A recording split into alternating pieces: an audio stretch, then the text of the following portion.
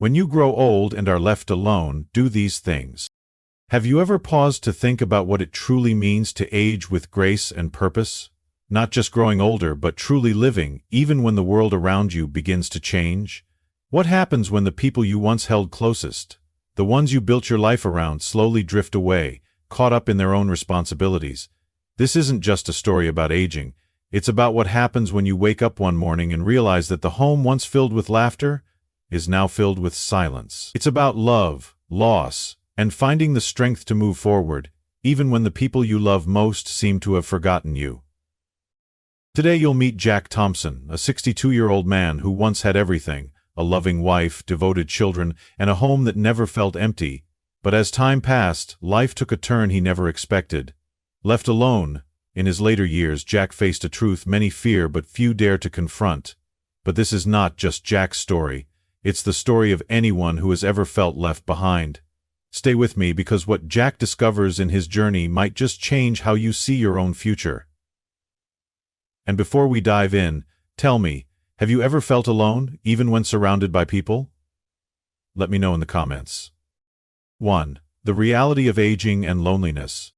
In ancient China, the philosopher Confucius once said, "At home, respect the elderly; in society, care for the vulnerable." He believed that the measure of a civilization was not in its wealth or power, but in how it treated its elders.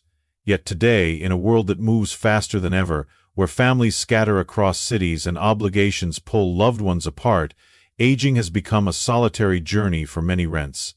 Elders were the heart of the household, revered for their wisdom and experience, but now, in an era where technology bridges distances yet deepens emotional gaps, many seniors find themselves quietly fading into the background of their own families.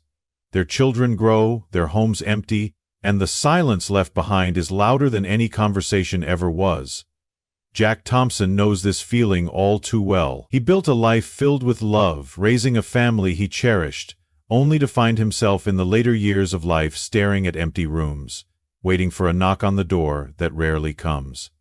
But Jack's story is not just about sorrow. It's about what happens when we are forced to confront our own solitude, and more importantly, how we choose to rise from it. I had spent my whole life planning for retirement, but I never planned for the silence. When I was younger, I imagined these years would be peaceful, a time to rest, reflect, and enjoy the fruits of my labor. I had been careful with my money, built a stable home, and raised 2 wonderful children. I believed that old age would be a reward for years of hard work. But what they don't tell you is that old age can be unbearably quiet. For decades my home was a place of warmth. My wife Sarah would hum as she cooked dinner. My children, Adam and Emily, would burst through the door after school, their voices filling every corner of the house. There was never a moment without life, without sound. Now the only sound left is the ticking of the grandfather clock in the hallway. Sarah passed away 3 years ago. She fought bravely, but illness is merciless. I held her hand until the end, whispering that I would be fine, that she could rest. But I was lying. I wasn't fine then, and I'm not fine now. After she was gone, Adam and Emily did what any loving children would do. They checked in, visited, made sure I was managing. But life has a way of moving forward, whether we're ready for it or not. Adam had his career, Emily had her children, and their visits became less frequent. Then came the night that broke something inside me. I was sitting in my armchair, staring at the flickering light of the television when the phone rang. It was Adam. "Dad, I was planning to stop by tonight, but work's been crazy. Rain check?" His voice was hurried, distracted. He didn't mean any harm. He had responsibilities, a family of his own. But in that moment, I looked at the empty chair across from me, the chair Sarah used to sit in, and I felt something I hadn't let myself acknowledge before. I was alone. I swallowed the lump in my throat and forced my voice to stay steady. "Of course, son. Take care of yourself." I hung up and sat in the silence, feeling the weight of my own existence press down on me. I had spent years working to build a life for my family, to give them everything they needed, and now, with my work done, I found myself cast aside, no longer needed. The next morning my neighbor John came over. He was around my age, a man who had lived through his own share of losses. He sat down across from me, sipping his coffee in that slow, deliberate way of someone who understood time better than most. "So, it's just you here now, huh?" he asked. His voice was gentle, but his words cut deep. I nodded. Kids are busy. They visit when they can. John sighed. Same here. My wife's still around, but she's always with the grandkids. And the kids, well, they've got their own lives. He leaned back, looking at me with eyes that held too much understanding. You ever wonder what happens if one day you're really alone? His words stayed with me long after he left. What if one day there were no phone calls, no visits, no neighbors stopping by for coffee? What if the loneliness I felt now was only the beginning? That night I lay awake, staring at the ceiling. I knew I couldn't keep going like this. I had spent my whole life giving to others, but now, for the first time, I needed to do something for myself, because loneliness is a slow death. And I wasn't ready to go just yet. Have you ever felt forgotten by the very people you once cared for? Do you believe society does enough for its elders, or have we become invisible in a world that moves too fast?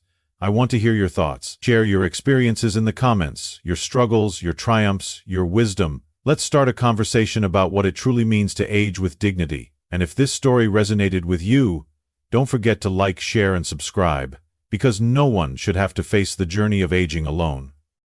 2. Seeking connection and purpose.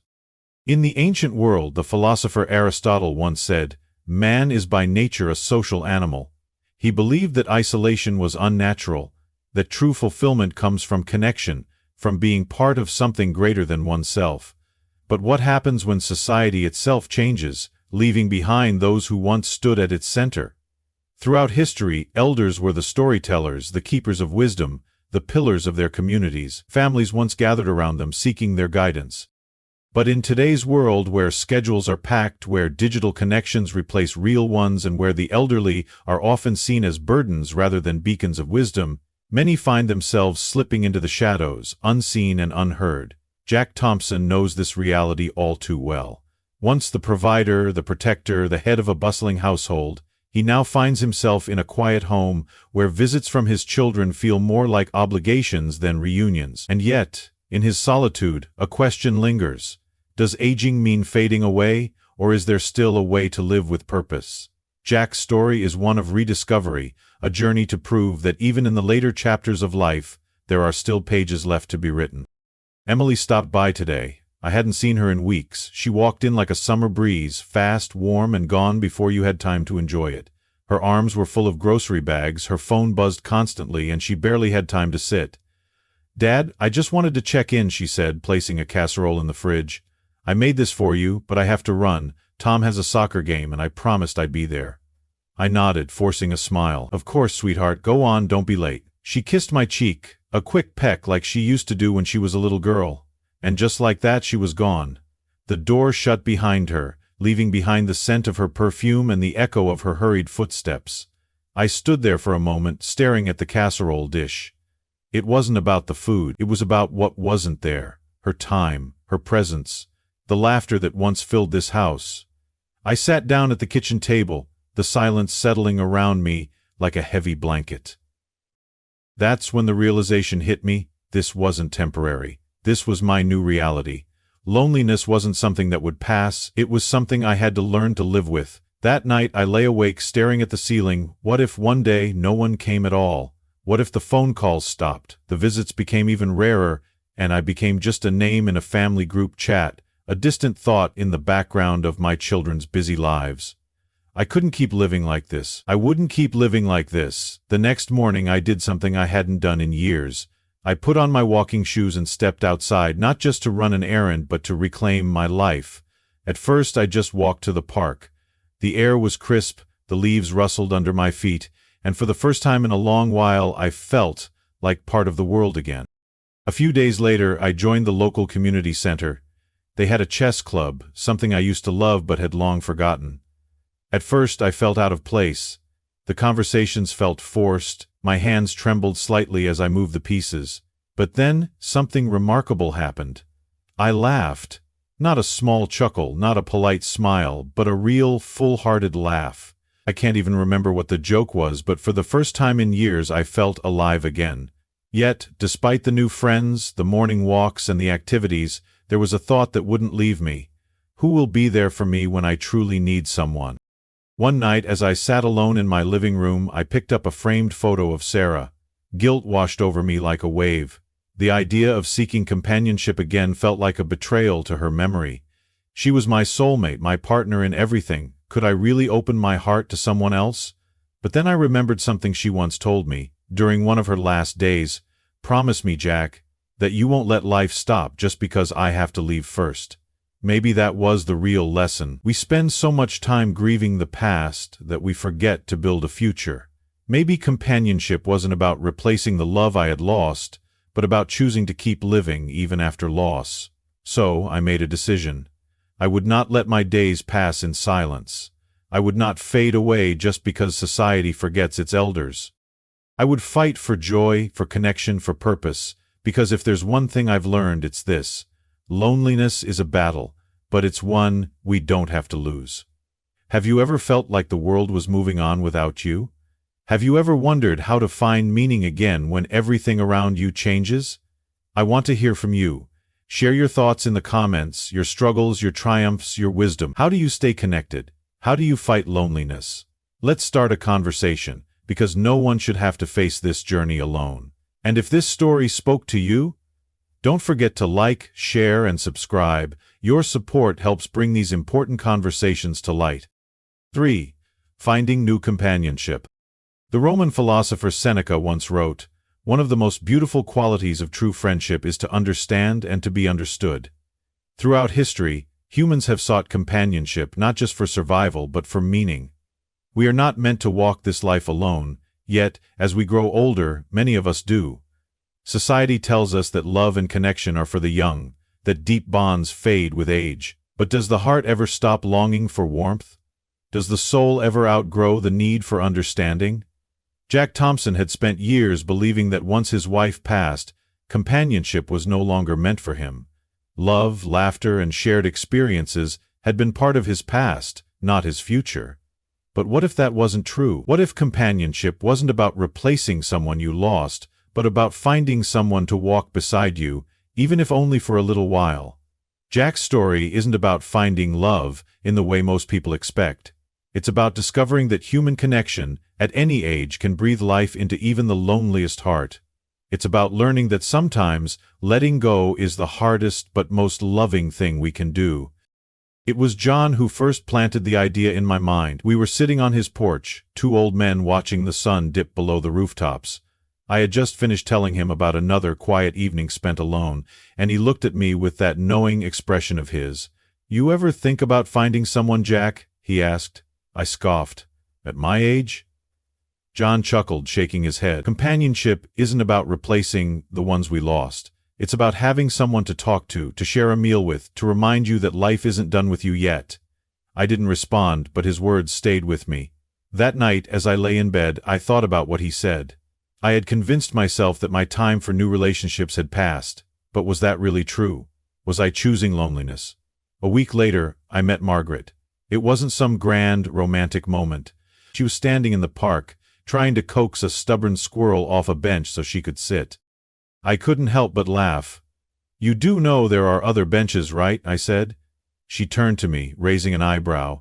"And let this little guy win? Not a chance." That was Margaret, stubborn, full of life, and completely unafraid of the world. Over time, we found ourselves gravitating toward each other. Mornings became our time. We'd walk through the park, talking about everything from childhood memories to the aches in our knees. In the afternoons, she'd drag me to the community center, where she somehow convinced me to try ballroom dancing. I stepped on her toes more times than I can count, but she just laughed, calling me a work in progress. For the first time in years, I felt something shift inside me. My days no longer felt empty. The silence in my house didn't weigh as heavily. Margaret had given me something I hadn't even realized I was missing. Companionship, yes, but more than that. She reminded me that joy was still possible, and then, just like that, she was leaving. One evening, she sat across from me at the cafe where we always had coffee. Her hands trembled slightly as she stirred her tea, eyes avoiding mine. I knew something was wrong before she even spoke. "My son's getting married," she finally said. "He wants me to move in with him and his wife." I forced a smile. "That's wonderful news." She nodded, but I could see the hesitation in her eyes. "It is, but I've gotten used to this life, Jack, to you." The words hit harder than I expected. I had gotten used to her, too. I had started to believe, against my better judgment, that she'd always be there, but life doesn't work that way. I reached for her hand, giving it a squeeze. "You need to be with your family. That's where you belong." She swallowed hard, nodding. "I just don't want to leave you alone again." I smiled, though my heart felt heavy. "I won't be alone. You taught me how to live again, and that's not something I'll forget." The night she left, I sat on my porch, watching the sky darken. The loneliness crept in quickly, settling into its familiar place. But something was different, because this time I knew I wouldn't let it consume me.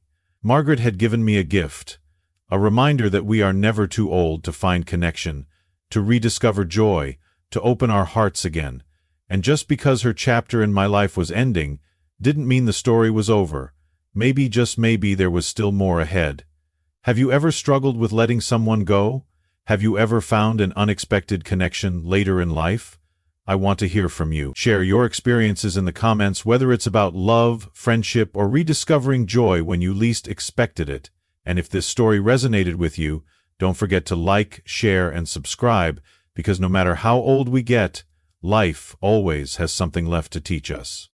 4. Transition to a new life in a nursing home. The ancient Stoic philosopher Epictetus once said, "It's not what happens to you, but how you react to it that matters." Life is a series of transitions. Some we choose, others are forced upon us. But what defines our happiness isn't the changes themselves, but our ability to adapt.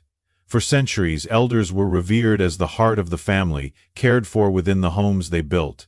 But today, many seniors face a difficult decision: continue living alone, grappling with the weight of solitude, or transition to a place where they might find company, but at the cost of independence. Jack Thompson never thought he'd consider a nursing home. He had spent his whole life in one house, a home filled with love and memories. But when silence became his only companion, and the weight of loneliness grew unbearable, he knew something had to change. Jack's story isn't just about aging, it's about what happens when you realize that holding on to the past is keeping you from living the present. It's about the difficult but necessary choices we must make to ensure that the last chapter of our lives is filled with connection, not isolation. After Margaret left, the house felt different. Not just empty, hollow. At first I tried to keep up my routine. I still went for my morning walks. I still visited the community center. But something had changed. The world outside felt distant, like I was watching it through a glass window, unable to step through. The loneliness had returned, but this time it felt heavier, as if it had been waiting for its chance to take me back. Then, one afternoon at the park, I overheard two men talking on the bench next to mine.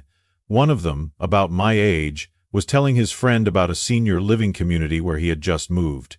"They've got people around all the time," he said. "It's not home, but at least I'm not alone anymore." That night I lay awake, thinking. The idea of leaving my home, the place where I had built my life, felt unthinkable. But the alternative? Spending my remaining years in an empty house, waiting for the phone to ring, hoping for a knock on the door? I made my decision the next day. When I told Adam and Emily, their faces immediately clouded with concern. "Dad, are you sure?" Adam asked. "A nursing home. Doesn't it feel—" He hesitated, searching for the right word. "Cold?" Emily reached for my hand. "You know we'll always be here for you, right?" I smiled, squeezing her fingers gently. "I know. But you have your own lives, and I don't want to be a burden. I need to be somewhere where I don't have to wait for visits to feel like I belong." They sat in silence for a long time. Then finally Adam nodded. "If this is what you want, we'll support you." A few weeks later, I packed my belongings, saying goodbye to the house that had been my home for over 40 years.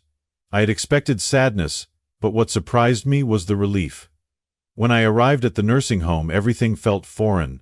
The hallways smelled like antiseptic and old books. The walls were lined with framed landscapes meant to make the place feel warm, but failing miserably. The first few nights were the hardest. I ate meals at a table full of strangers, each one lost in their own world. The room felt smaller than my old house, and I couldn't shake the feeling that I had made a mistake. But then, something changed. One afternoon, as I sat in the common room, an older gentleman named Mr. Robinson approached me. "New guy, huh?" he said, sliding into the chair across from me. They'll tell you this place isn't so bad, but I know the truth." I raised an eyebrow. "And what's the truth?" He grinned. "It's actually pretty good once you stop being stubborn." I chuckled, a real laugh, the kind I hadn't felt in weeks. Over the next few days I started talking to people. I met a woman who had once been a jazz singer in New Orleans, a former teacher who had traveled the world, a retired firefighter with a lifetime of stories. Alone, the unfamiliarity faded, the loneliness eased. I realized something important. Home isn't always a place. Sometimes it's the people you surround yourself with, and for the first time in a long time, I didn't feel alone anymore. Have you ever had to make a difficult change in your life, one that you resisted at first but later realized was necessary? I'd love to hear your thoughts. Share your stories in the comments, how you define home as you grow older. And if this story resonated with you, don't forget to like, share, and subscribe, because no one should have to navigate life's changes alone. 5. Grief, acceptance, and inner strength. The Buddha once said, "Pain is inevitable, but suffering is optional." Grief is a weight we all carry at some point in life. It arrives uninvited, settles in our hearts, and reshapes the world around us. We often believe that time will soften its edges, but the truth is, grief doesn't simply disappear, it transforms, teaching us lessons we never wished to learn. Throughout history, warriors, poets, and philosophers have spoken of loss. The samurai of ancient Japan believed in mano no aware, the awareness of life's fleeting beauty. They accepted that everything, even the strongest bonds, must one day fade. Yet, in acknowledging this impermanence, they found peace. Jack Thompson never expected to lose so much in his later years. First his wife, then his old home, and now, the only friend who had made the nursing home feel less like a waiting room for the end. But what if loss wasn't just about saying goodbye? What if, through grief, we learn the most important lesson of all, that while people leave, the love they give us remains, shaping the way we live the rest of our days. Jack's story is not just about sorrow, it is about finding purpose, even when the heart is broken. I never imagined I'd feel this kind of grief again. The last time I sat in a hospital waiting room, it was for Sarah. I still remember the smell of antiseptic, the quiet beeping of machines, the hushed whispers of nurses who had seen too much death to be shocked by it anymore. And yet here I was again, staring at the same sterile walls, my fingers gripping the arms of my chair. But this time, it wasn't for my wife. It was for Mrs. Robinson. She had been on an outing with her son when the accident happened. A driver ran a red light, and in an instant, everything changed. The doctor came out, his face a practiced mask of sympathy. "She's stable, but the injuries are severe," he said. "We're doing everything we can." I nodded, but I already knew. I had heard those words before. When they let me in to see her, she looked so small in that hospital bed. The woman who had once scolded the nurses for serving bland soup, who had beaten me at chess more times than I cared to admit, who had once told me that life only ends when we stop living, it was hard to believe this was the same person. Her eyes fluttered open, and for a moment she just looked at me. Then, with a faint smile, she whispered 2 words, "Live well," and then she was gone. I sat there for a long time, holding her hand, feeling the warmth slip away. When I returned to the nursing home, everything felt different. The common room was quieter, the garden felt smaller. Even the sound of laughter from the other residents seemed distant, as if I had stepped into a different world, one where she no longer existed. The grief was suffocating. Adam and Emily called, asking if I needed anything. Friends from the home checked in, offering comforting words. But grief is a lonely thing. No matter how many people surround you, the pain is yours alone to bear. For days I went through the motions, eating, nodding at conversations, pretending to read, but inside I felt hollow. Then, one afternoon, I saw him. A new resident had arrived. He sat alone on a bench in the garden, staring at nothing in particular. His shoulders slumped, his hands folded tightly in his lap. I knew that posture. I had worn it myself not so long ago. I walked over, sitting down beside him without a word. We sat in silence, 2 strangers bound by the same unspoken sorrow. After a while I said, "First days are the hardest." He let out a slow breath. "Feels like the last days too." I turned to him, studying his lined face. "You lost someone?" He nodded, staring at the ground. My wife. I swallowed, nodding in understanding. Me too. And that was it. We didn't need to say more. In that moment, words weren't necessary, because grief is heavy, but it's lighter when shared. Over the next few weeks, I made it a point to sit with him. We walked together in the mornings. We played cards in the afternoons. Neither of us spoke much about the past, but we didn't have to. Companionship doesn't always need conversation. Sometimes presence is enough.